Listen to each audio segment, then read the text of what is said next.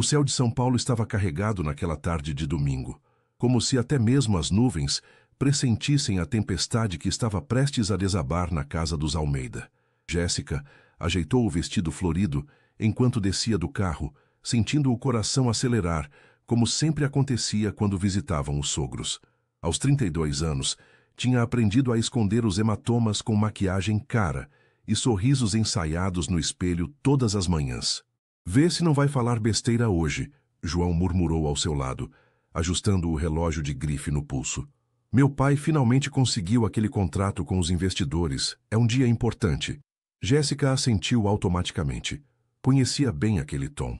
Era o mesmo que precedia as noites em que precisava dormir no quarto de hóspedes de seu próprio apartamento. A casa dos Almeida era uma mansão imponente no Morumbi, com jardins impecáveis e uma piscina que refletia o céu cinzento. Dentro, o cheiro de feijoada e os sons da MPB criavam uma atmosfera de falsa cordialidade que Jéssica havia aprendido a decifrar nos 7 anos de casamento. Finalmente chegaram! Exclamou Dona Cecília, a matriarca da família, abraçando o filho com fervor antes de oferecer um beijo distante na bochecha da nora. Estávamos esperando vocês para começar o almoço. A mesa estava posta com a prataria reservada para ocasiões especiais. Seu Antônio, sentado à cabeceira, mal levantou os olhos do celular para cumprimentá-los. Os primos de João, suas esposas e alguns sócios da construtora da família completavam o quadro familiar perfeito que os Almeida tanto se esforçavam para manter. Jéssica, querida, você está bem? Perguntou Luísa, a única cunhada com quem mantinha uma relação minimamente sincera. Parece cansada. Estou ótima, respondeu automaticamente, sentindo o olhar de advertência de João sobre ela. Só ando com muito trabalho no escritório. A conversa fluiu como sempre. Negócios, política, o novo condomínio de luxo que a construtora Almeida estava lançando. Jéssica permanecia em silêncio, respondendo apenas quando diretamente questionada, como uma atriz coadjuvante que sabia seu lugar no roteiro. Durante a sobremesa, pudim de leite condensado, a favorita de seu Antônio, o assunto inevitavelmente chegou ao tema que Jéssica mais temia. E então, quando vocês vão nos dar um netinho? Perguntou Dona Cecília, com aquele sorriso que não alcançava os olhos. Já está mais que na hora, não acham? Jéssica sentiu o estômago afundar. Sob a mesa, as unhas cravaram nas palmas das mãos. Mamãe, já conversamos sobre isso, João respondeu com falsa leveza. Estamos focados nas nossas carreiras agora. Carreiras! Seu Antônio finalmente entrou na conversa, soltando uma risada seca. Que carreira que nada. João está prestes a assumir a vice-presidência da construtora. E quanto a você, Jéssica? Bem, aquele seu trabalhinho de assistente social não é exatamente o que chamamos de carreira, não é mesmo? O silêncio que se seguiu foi denso. Jéssica sentiu todos os olhares sobre ela, 7 anos engolindo palavras, fingindo não ouvir as piadas sobre seu trabalho no CRAS da periferia, suportando comentários sobre como era sortuda por ter se casado com um Almeida. Na verdade, Jéssica começou ignorando o olhar furioso de João. Eu fui promovida a coordenadora do centro mês passado. Oh! Dona Cecília exclamou com falsa animação. Que interessante. Deve ser gratificante ajudar aquela gente. Aquela gente, Jéssica repetiu, sentindo algo despertar dentro dela. Jéssica, João advertiu, colocando a mão sobre seu braço com força suficiente para deixar marcas. Só estou dizendo que é admirável, continuou Dona Cecília, servindo-se de mais vinho. Nem todo mundo nasceu para grandes conquistas. Alguns se contentam com pouco.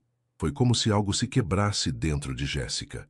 7 anos de silêncio, condensados em um único momento de clareza cristalina.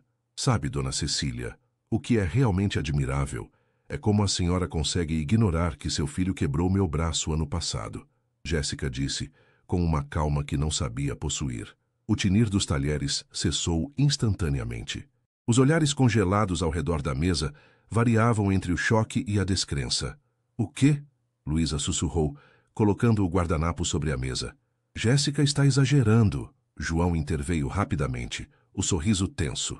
Você sabe como ela é dramática, mãe. Dramática foi a desculpa que inventamos para o hospital.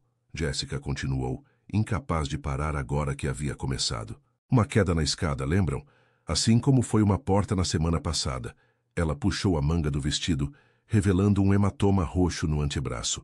E uma reação alérgica no mês anterior, completou, passando um guardanapo no rosto para revelar marcas amareladas de um outro hematoma que a maquiagem escondia.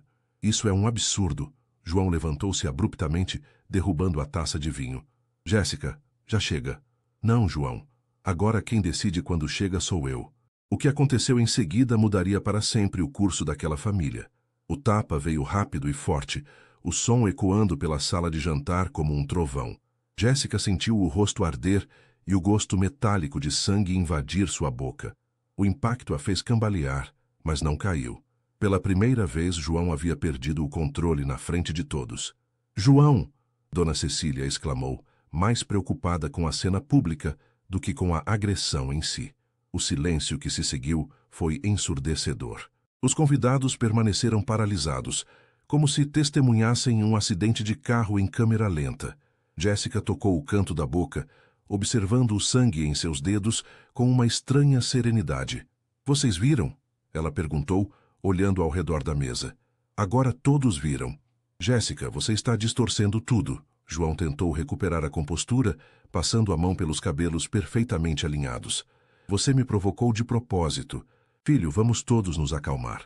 Seu Antônio finalmente se manifestou, claramente tentando controlar os danos.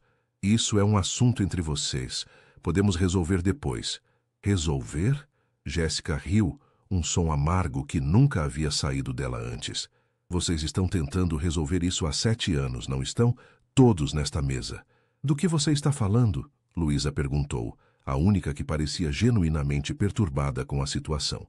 Estou falando das vezes que apareci com óculos escuros em jantares noturnos, das quedas que me deixavam com costelas fraturadas, das ligações que não atendi porque estava no pronto-socorro.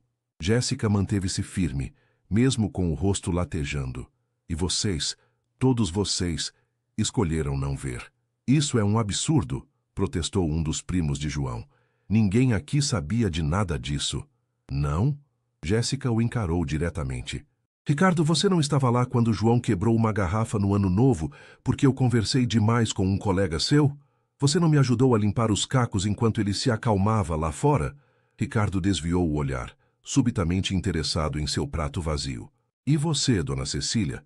Quantas vezes a senhora me disse que homens da família Almeida têm temperamento forte e que eu precisava aprender a lidar com isso? Quantas vezes a senhora viu os hematomas e fingiu que eram sombras? A matriarca empalideceu, levando a mão trêmula ao colar de pérolas. Isso é completamente descabido. João tentou retomar o controle da situação. Jéssica claramente não está bem. Ela tem problemas, sempre teve. Por que vocês acham que a encontrei trabalhando naquele lugar? Ela veio do nada, não tem família, tem problemas psicológicos. Problemas psicológicos? Jéssica o interrompeu. É assim que você chama o que eu tenho? Então vamos contar a verdade completa, João. Vamos contar porque eu realmente não posso ter filhos. O semblante de João mudou instantaneamente. O pânico substituiu a raiva em seus olhos. Jéssica, não... 3 anos atrás, ela continuou agora dirigindo-se a todos na mesa. Eu estava grávida de 2 meses. Não contei para ninguém porque queria fazer uma surpresa. Preparei um jantar especial, comprei presentes para os futuros avós. Sua voz falhou por um instante, mas ela se recompôs. Naquela noite, João chegou bêbado. Discutimos porque ele havia esquecido nosso aniversário de casamento. A discussão escalou, como sempre. Lágrimas silenciosas começaram a escorrer pelo rosto de Jéssica, misturando-se com o sangue no canto de sua boca. Ele me empurrou, caí da escada, perdi o bebê naquela noite, e com ele, a possibilidade de ter outros. O horror estava estampado nos rostos ao redor da mesa. Mesmo os mais leais defensores de João pareciam incapazes de encontrar palavras. Você está mentindo, João sussurrou, mas sem convicção. O médico que me atendeu na emergência está sentado nesta mesa, Jéssica completou, virando-se para um homem de meia idade que empalideceu instantaneamente. Dr. Paulo, amigo da família, que gentilmente registrou tudo como um acidente doméstico e me aconselhou a ter mais cuidado nas escadas. O médico afundou na cadeira enquanto os olhares se voltavam para ele. Eu apenas segui o protocolo, ele murmurou. Vocês não entendem como funciona com famílias como os Almeida. Chega! João gritou, avançando na direção de Jéssica. Você vai se arrepender de cada palavra. Antes que pudesse alcançá-la, porém, foi surpreendido pelo primo Ricardo, que se colocou entre eles. Já basta, João, Ricardo disse, a voz trêmula, mas firme. Todos vimos o que aconteceu aqui hoje. Jéssica sentiu uma onda de tontura e apoiou-se na mesa. Os anos de tensão, medo e silêncio pareciam agora pesar como chumbo sobre seus ombros. Mas havia algo mais, algo que ainda não tinha revelado. A verdade que realmente mudaria tudo. Tem mais uma coisa que vocês precisam saber, ela disse, encarando diretamente seu Antônio, que permanecia impassível na cabeceira da mesa. Algo sobre o trabalhinho que tanto desprezam. A sala de jantar, antes um campo de batalha, agora parecia uma sala de tribunal. Jéssica permanecia de pé, sustentando o olhar de cada membro da família Almeida, enquanto o peso de suas próximas palavras pairava no ar. Meu trabalhinho, como vocês chamam, não é apenas assistência social. Ela começou, a voz mais firme agora. Nos últimos 2 anos tenho colaborado com o Ministério Público em uma investigação sobre tráfico de pessoas e trabalho análogo à escravidão em canteiros de obras no Brasil. Seu Antônio, que até então mantinha uma expressão impenetrável, ajeitou-se na cadeira. Um movimento sutil, mas revelador. Do que você está falando? Perguntou, a voz controlada, mas com uma nota de tensão que não passou despercebida. Estou falando das dezenas de trabalhadores nordestinos recrutados para obras da construtora Almeida, que acabam em condições desumanas, sem documentação, alojados em cubículos sem saneamento básico, com dívidas intermináveis no armazém da empresa. Jéssica falou pausadamente, certificando-se de que cada palavra fosse ouvida. Estou falando dos colombianos e bolivianos que chegam com promessas de emprego formal e acabam sem passaporte, dormindo nos próprios canteiros, comendo restos. O rosto de seu Antônio endureceu. João, ainda contido pelo primo, empalideceu. Isso é calúnia, seu Antônio declarou, batendo o punho na mesa.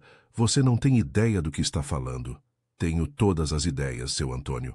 Inclusive sobre o esquema de superfaturamento nas licitações públicas que financia seus jatinhos e suas casas de veraneio. O mesmo esquema que pagou pelo seu novo contrato com os investidores estrangeiros. Um murmúrio percorreu a mesa.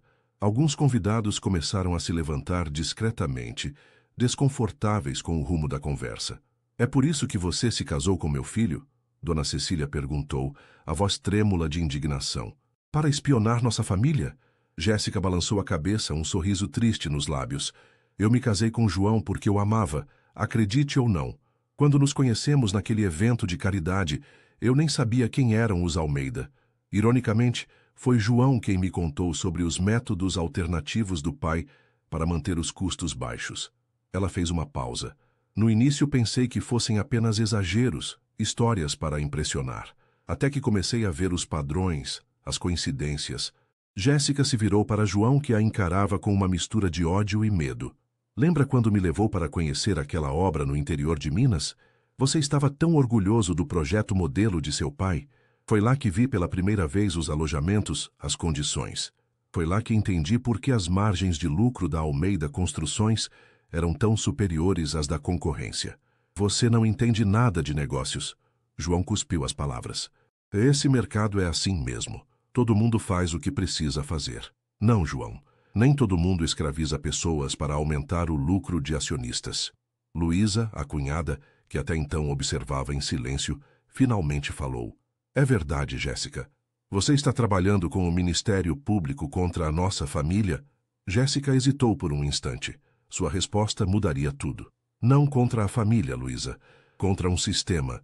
Um que se aproveita de pessoas vulneráveis, que as descarta quando não servem mais, que as silencia quando tentam falar. Ela tocou novamente o rosto machucado. Um sistema que também me silenciou por anos. Você não tem provas de nada disso, seu Antônio declarou, recuperando a compostura. São acusações graves baseadas em quê? No seu trabalho de assistente social suburbana, ninguém vai acreditar em você contra a palavra dos Almeida. Jéssica sorriu, um sorriso genuíno pela primeira vez naquela tarde. A investigação não depende apenas da minha palavra, seu Antônio. Desde que comecei a suspeitar, venho documentando tudo. Cada conversa familiar, sobre como driblar a fiscalização. Cada festa, onde vocês riam abertamente sobre as acomodações econômicas para os peões. Cada vez que João voltava para casa, comentando sobre como seu pai tinha resolvido mais uma inspeção do trabalho. Ela tirou o celular da bolsa. Este aparelho tem um aplicativo especial, desenvolvido pelo próprio Ministério Público. Cada gravação é automaticamente enviada para um servidor seguro. Inclusive, ela fez uma pausa significativa desta tarde. O sangue pareceu drenar do rosto de seu Antônio. João avançou novamente, desta vez sendo contido não apenas por Ricardo, mas também por outro primo. Você não pode fazer isso, ele gritou. Você é minha esposa. Não, João. Eu sou uma pessoa. Uma que você quebrou, mas não conseguiu destruir completamente. Seu Antônio levantou-se lentamente, ajeitando o paletó caríssimo. Acho que esta conversa precisa continuar em outro contexto, ele disse, a voz controlada, mas os olhos faiscando de raiva. Com nossos advogados presentes. Os advogados já estão envolvidos, Jéssica respondeu calmamente. Na verdade, esta reunião familiar está sendo monitorada neste exato momento. O Ministério Público só estava esperando uma confirmação final que seu filho gentilmente forneceu ao me agredir na frente de testemunhas. Como se para confirmar suas palavras, o interfone da mansão tocou naquele instante. Um dos empregados entrou nervosamente na sala de jantar. Senhor Almeida, tem policiais federais no portão. Dizem que tem um mandado. O caos se instaurou na sala. Pessoas levantando-se apressadamente, vozes alteradas, acusações trocadas. Em meio à confusão, Jéssica encontrou o olhar de Luísa, que assentiu levemente. Um gesto pequeno de reconhecimento, talvez até de respeito. Jéssica sabia que o que viria a seguir não seria fácil. Mas pela primeira vez em 7 anos, ela respirava livremente. 3 meses haviam se passado desde aquele domingo que mudara tudo. A primavera começava a dar lugar ao verão em São Paulo, e Jéssica observava as jabuticabeiras floridas do pequeno apartamento que alugara na Vila Madalena. Era um lugar simples, mas seu. Cada canto decorado de acordo com seus gostos, cada espaço livre das sombras do passado. O processo contra os Almeida corria em sigilo de justiça, mas os primeiros resultados já se faziam sentir. A construtora Almeida havia sido suspensa de licitações públicas, as contas da família bloqueadas e várias propriedades colocadas sob investigação. João respondia não apenas pelo crime de violência doméstica, mas também por envolvimento nos esquemas do pai. Jéssica abriu o notebook, preparando-se para mais uma videoconferência com a equipe do Ministério Público. Seu depoimento havia sido crucial para quebrar o muro de silêncio que protegia os Almeida, mas ela não era a única testemunha agora. Após sua denúncia, outros funcionários, fornecedores e até familiares começaram a falar. O telefone tocou, interrompendo seus pensamentos. Alô? Jéssica? É a Luísa. A voz da ex-cunhada ainda causava uma estranha mistura de sentimentos. Depois daquele domingo, Luísa havia sido a única da família a procurá-la. Primeiro com raiva e acusações, depois com perguntas, e finalmente, nas últimas semanas, com um pedido inesperado de ajuda. Oi, Luísa. Como você está? Sobrevivendo, ela respondeu com um suspiro. O divórcio foi finalizado ontem. Jéssica sentiu um nó na garganta.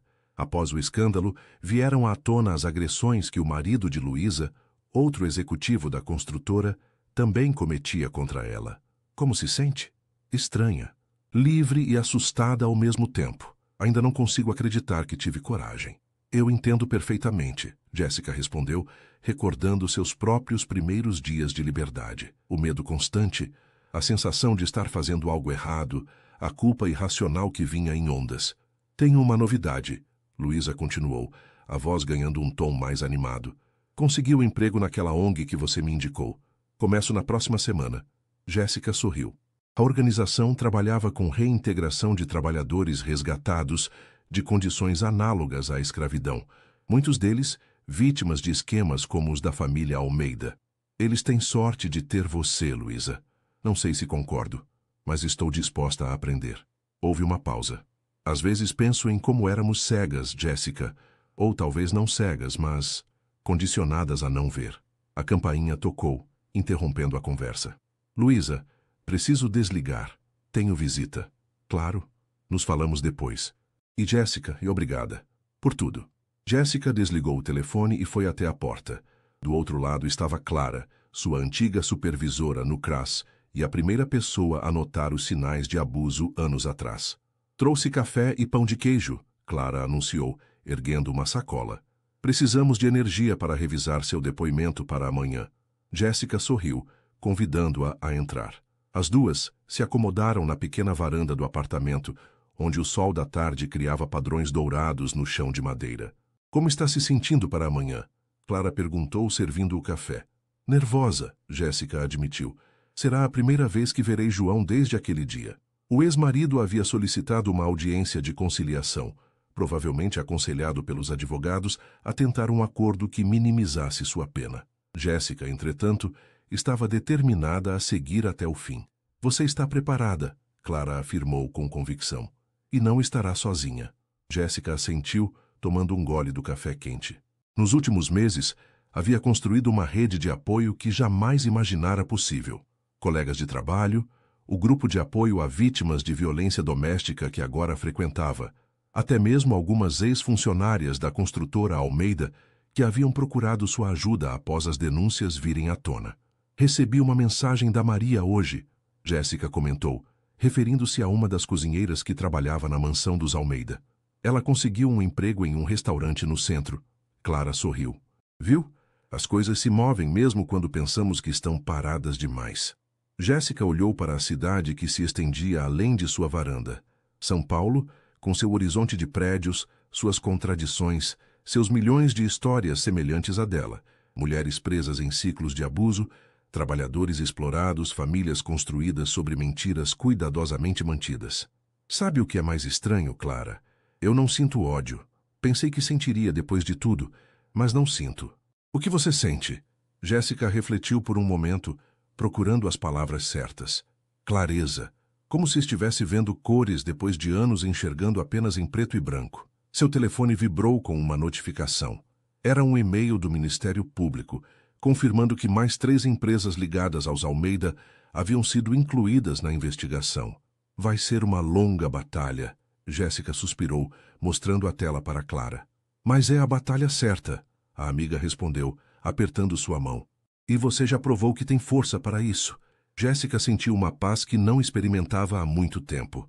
Não era uma paz ingênua, nascida da ausência de problemas, mas uma serenidade construída pedaço por pedaço, dia após dia, escolha após escolha. Amanhã enfrentaria João novamente. Na semana seguinte, daria seu depoimento formal contra seu Antônio. No mês que vem, começaria um curso universitário, que havia adiado por anos, devido às restrições impostas pelo ex-marido. A estrada à frente ainda tinha muitos obstáculos, muitas curvas inesperadas. Mas agora, pela primeira vez em muito tempo, Jéssica caminhava com a cabeça erguida, dona de sua própria história. As palavras que havia revelado naquele domingo não eram apenas sobre o passado, eram a fundação de um futuro que finalmente pertencia apenas a ela. O sol começava a se pôr sobre São Paulo, pintando o céu com tons de laranja e rosa. Jéssica fechou os olhos por um momento, sentindo a brisa suave no rosto. As marcas físicas da agressão haviam desaparecido semanas atrás. As outras, as invisíveis, levariam mais tempo. Mas agora ela sabia que cicatrizes também podiam ser fontes de força. Está na hora, Clara disse, consultando o relógio. A reunião com a promotora é às 7. Jéssica assentiu levantando-se. Ajeitou a postura, respirou fundo e sorriu. Não o sorriso ensaiado de antes, mas um genuíno que alcançava seus olhos. Estou pronta. E estava. Não apenas para a reunião daquela noite, mas para cada dia que viria depois. Para cada batalha, cada recomeço, cada pequena vitória no longo caminho da reconstrução. Um caminho que agora ela sabia, não precisava percorrer sozinha.